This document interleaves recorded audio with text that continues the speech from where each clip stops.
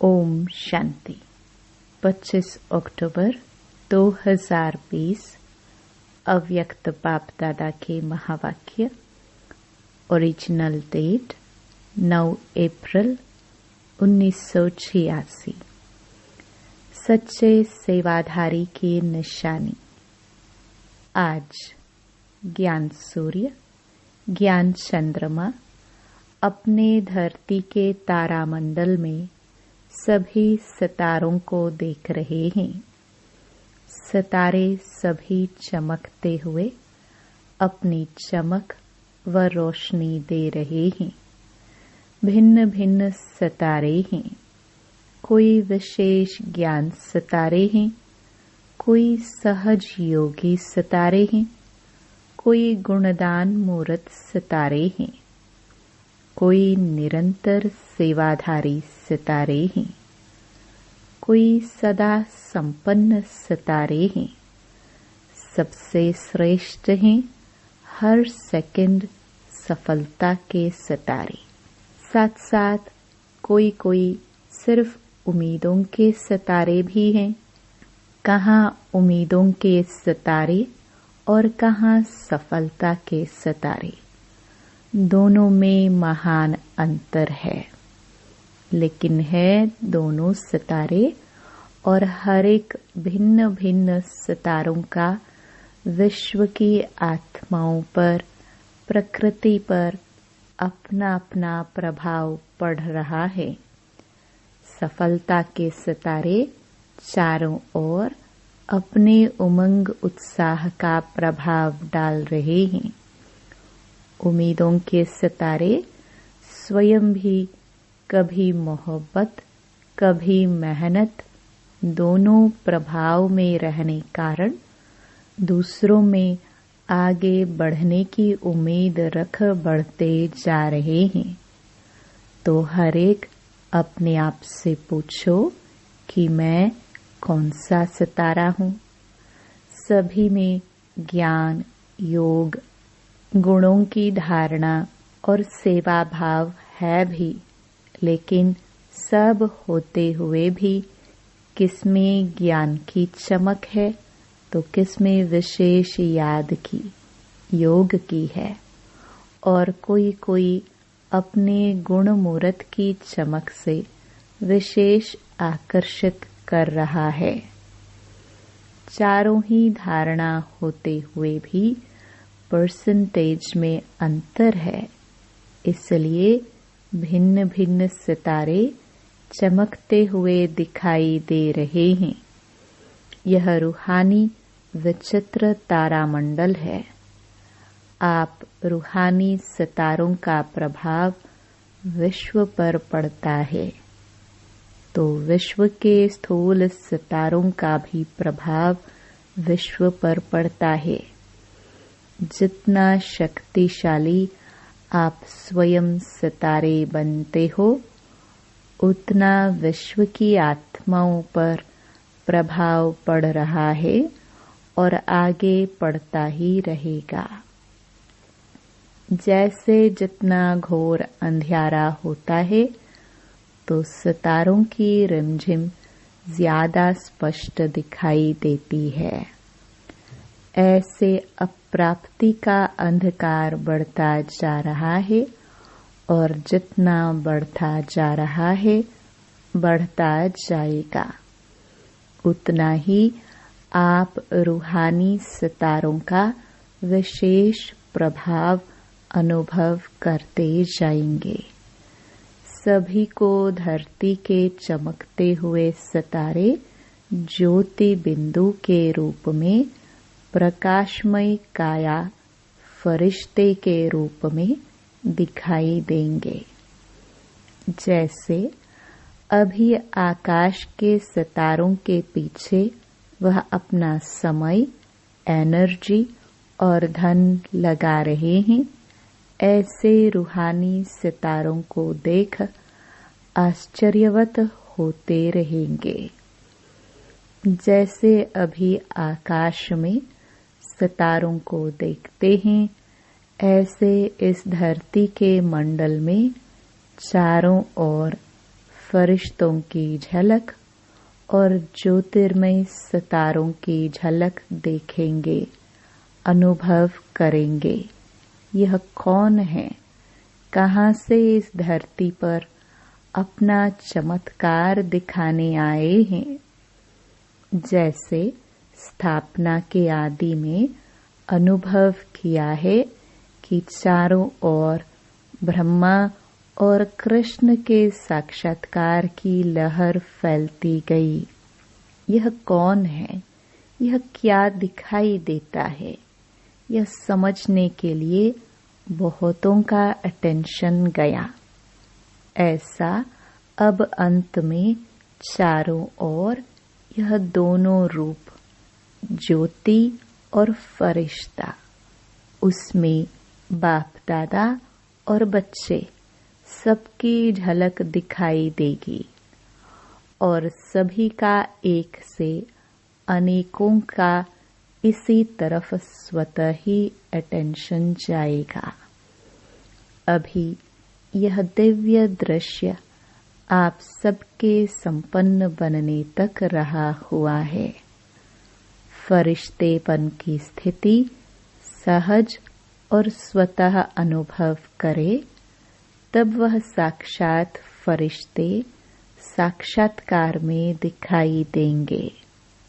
यह वर्ष फरिश्तेपन की स्थिति के लिए विशेष दिया हुआ है। कई बच्चे समझते हैं कि क्या सिर्फ याद का अभ्यास करेंगे व सेवा भी करेंगे, व सेवा से मुक्त हो तपस्या में ही रहेंगे। बाप दादा सेवा का यथार्थ अर्थ सुना रहे हैं। सेवा भाव अर्थात सदा हर आत्मा के प्रति शुभ भावना, श्रेष्ठ कामना का भाव। सेवा भाव अर्थात हर आत्मा की भावना प्रमाण फल देना। भावना हद की नहीं, लेकिन श्रेष्ठ भावना। आप सेवाधारियों प्रति अगर कोई रूहानी स्नेह की भावना रखते, शक्तियों के सहयोग की भावना रखते, खुशी की भावना रखते, शक्तियों के प्राप्ति की भावना रखते, उमंग उत्साह की भावना रखते, ऐसे भिन्न भिन्न भावना का फल अर्थात सहयोग द्वारा अनुभूति कराना, तो सेवा भाव इसको कहा जाता है। सिर्फ स्पीच करके आ गए या ग्रुप समझा कर आ गए, कोर्स पूरा करके आ गए व सेंटर खोल कर आ गए, इसको सेवा भाव नहीं कहा जाता। सेवा अर्थात किसी भी आत्मा को प्राप्ति का मेवा अनुभव कराना। ऐसी सेवा में तपस्या सदा साथ है। तपस्या का अर्थ सुनाया, दृढ़ संकल्प से कोई भी कार्य करना। जहाँ यथार्थ सेवा भाव है, वहाँ तपस्या का भाव अलग नहीं। त्याग, तपस्या, सेवा, इन तीनों का कंबाइंड रूप सच्ची सेवा है। और नामधारी सेवा का फल अल्पकाल का होता है। वहाँ ही सेवा की और वहाँ ही अल्पकाल के प्रभाव का फल प्राप्त हुआ और समाप्त हो गया। अल्पकाल के प्रभाव का फल अल्पकाल की महिमा है। बहुत अच्छा भाषण किया, बहुत अच्छा कोर्स कराया, बहुत अच्छी सेवा की, तो अच्छा अच्छा कहने का अल्पकाल का फल मिला और उनको महिमा सुनने का अल्पकाल का फल मिला। लेकिन अनुभूति कराना अर्थात बाप से संबंध जुड़वाना, शक्तिशाली बनाना, यह है सच्ची सेवा। सच्ची सेवा में त्याग तपस्या न हो तो यह 50-50 वाली सेवा नहीं, लेकिन 25% सेवा है। सच्चे सेवाधारी की निशानी है त्याग अर्थात नम्रता और तपस्या अर्थात एक बाप के निश्चय, नशे में दृढ़ता। यथार्थ सेवा इसको कहा जाता है। बाप दादा निरंतर सच्चे सेवाधारी बनने के लिए कहते हैं। नाम सेवा हो और स्वयं भी डिस्टर्ब हो, दूसरों को भी डिस्टर्ब करे, इस सेवा से मुक्त होने के लिए बाप दादा कह रहे हैं। ऐसी सेवा न करना अच्छा है, क्योंकि सेवा का विशेष गुण संतुष्टता है।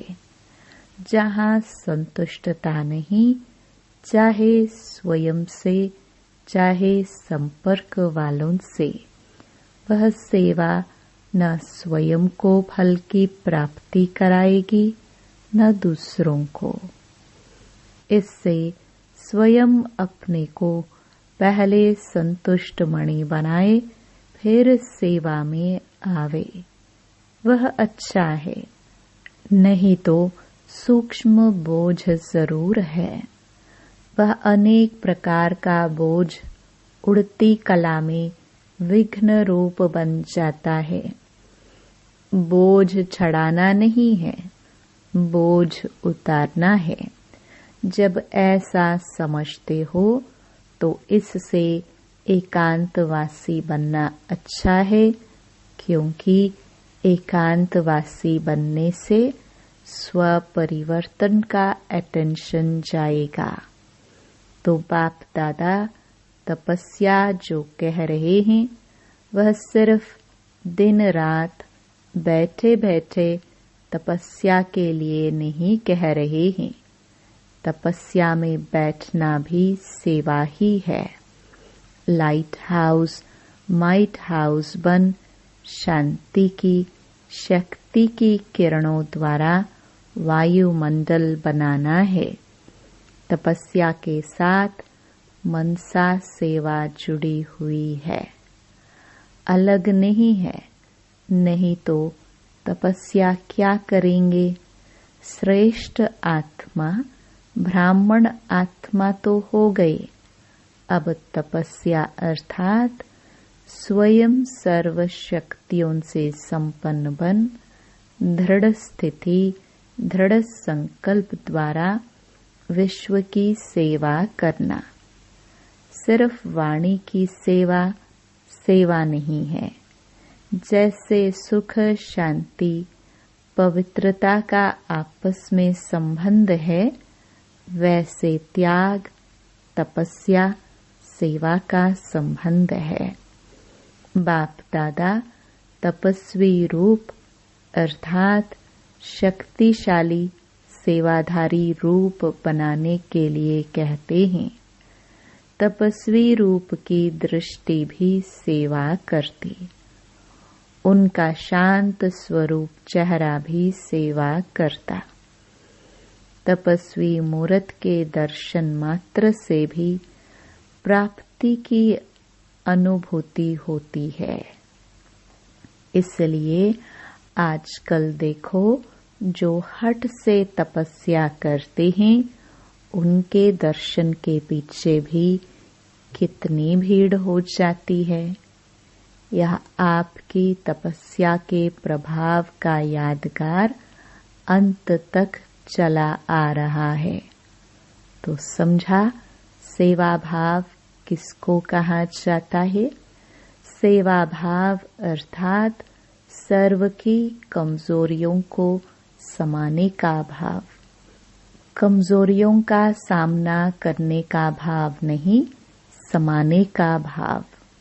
स्वयं सहन कर दूसरे की शक्ति देने का भाव, इसलिए सहन शक्ति कहा जाता है। सहन करना शक्ति भरना और शक्ति देना है। सहन करना मरना नहीं है। कई सोचते हैं हम तो सहन करते करते मर जाएंगे, क्या हमें मरना है क्या?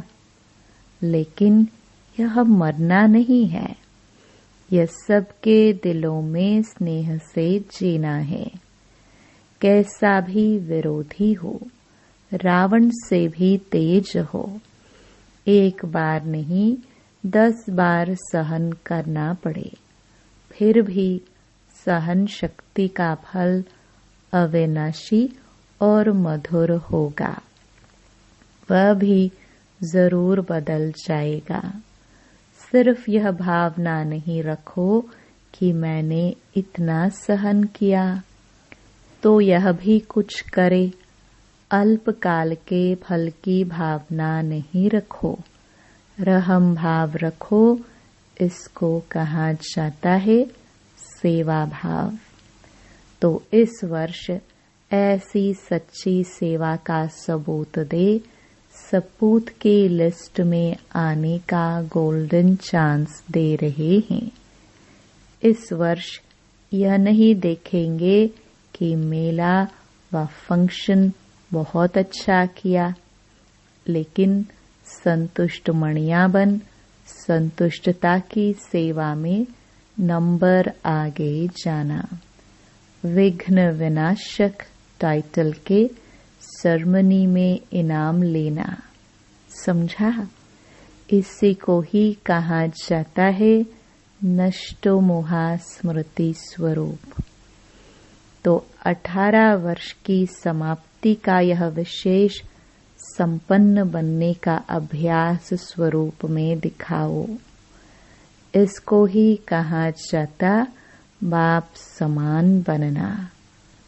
अच्छा, सदा चमकते हुए रूहानी सितारों को, सदा संतुष्टता की लहर फैलाने वाली संतुष्ट मणियों को, सदा एक ही तपस्या पर त्याग, तपस्या, सेवा का प्रभाव डालने वाले प्रभावशाली आत्माओं को, सदा सर्व आत्माओं को रूहानी भावना का रूहानी फल देने वाले बीज स्वरूप बाप समान श्रेष्ठ बच्चों को बाप दादा का संपन्न बनने का याद प्यार और नमस्ते। पंजाब तथा हरियाणा जोन के भाई बहनों से अव्यक्त बाप दादा की मुलाकात। सदा अपने को अचल अडोल आत्माएं अनुभव करते हो। किसी भी प्रकार की हलचल में अचल रहना, यही श्रेष्ठ ब्राह्मण आत्माओं की निशानी है। दुनिया हलचल में हो, लेकिन आप श्रेष्ठ आत्माएं हलचल में नहीं आ सकती। क्यों? ड्रामा की हर सीन को जानते हो। नॉलेजफुल आत्माएं, पावरफुल आत्माएं सदा स्वतः ही अचल रहती हैं, तो कभी वायुमंडल से घबराते तो नहीं हैं। निर्भय हो, शक्तियां निर्भय हो, या थोड़ा थोड़ा डर लगता है, क्योंकि यह तो पहले से ही स्थापना के समय से ही जानते हो कि भारत में सिविल वॉर होनी ही है। यह शुरू के चित्रों में ही आपका दिखाया हुआ है, तो जो दिखाया है वह होना तो है ना। भारत का पाठ ही सिविल वॉर से है, इसलिए नथिंग न्यू। तो नथिंग न्यू है या घबरा जाते हो? क्या हुआ, कैसे हुआ, यह हुआ, समाचार सुनते देखते भी ड्रामा की बनी हुई भावी को शक्तिशाली बन देखते और औरों को भी शक्ति देते। यही काम है ना आप सबका। दुनिया वाले घबराते रहते और आप उन आत्माओं में शक्ति भरते। जो भी संपर्क में आए उसे शक्तियों का दान देते चलो, शांति का दान देते चलो। अभी समय है अशांति के समय शांति देने का, तो शांति के मैसेंजर हो, शांति दूत गाए हुए हैं ना। तो कभी भी कहाँ भी रहते हो, चलते हो, सदा अपने को शांति के दूत समझकर चलो।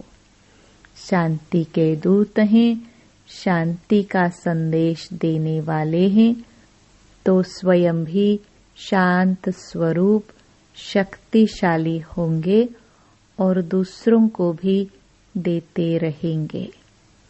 वह अशांति देवे, आप शांति दो। वह आग लगाए, आप पानी डालो। यही काम है ना। इसको कहते हैं सच्चे सेवाधारी।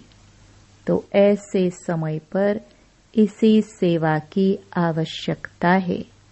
शरीर तो विनाशी है, लेकिन आत्मा शक्तिशाली होती है, तो एक शरीर छूट भी जाता है तो दूसरे में याद की प्रारब्ध चलती रहेगी। इसलिए अविनाशी प्राप्ति कराते चलो। तो आप कौन हो? शांति के दूत, शांति के मैसेंजर, मास्टर शांतिदाता, मास्टर शक्तिदाता। यह स्मृति सदा रहती है ना। सदा अपने को इसी स्मृति से आगे बढ़ाते चलो, औरों को भी आगे बढ़ाओ। यही सेवा है।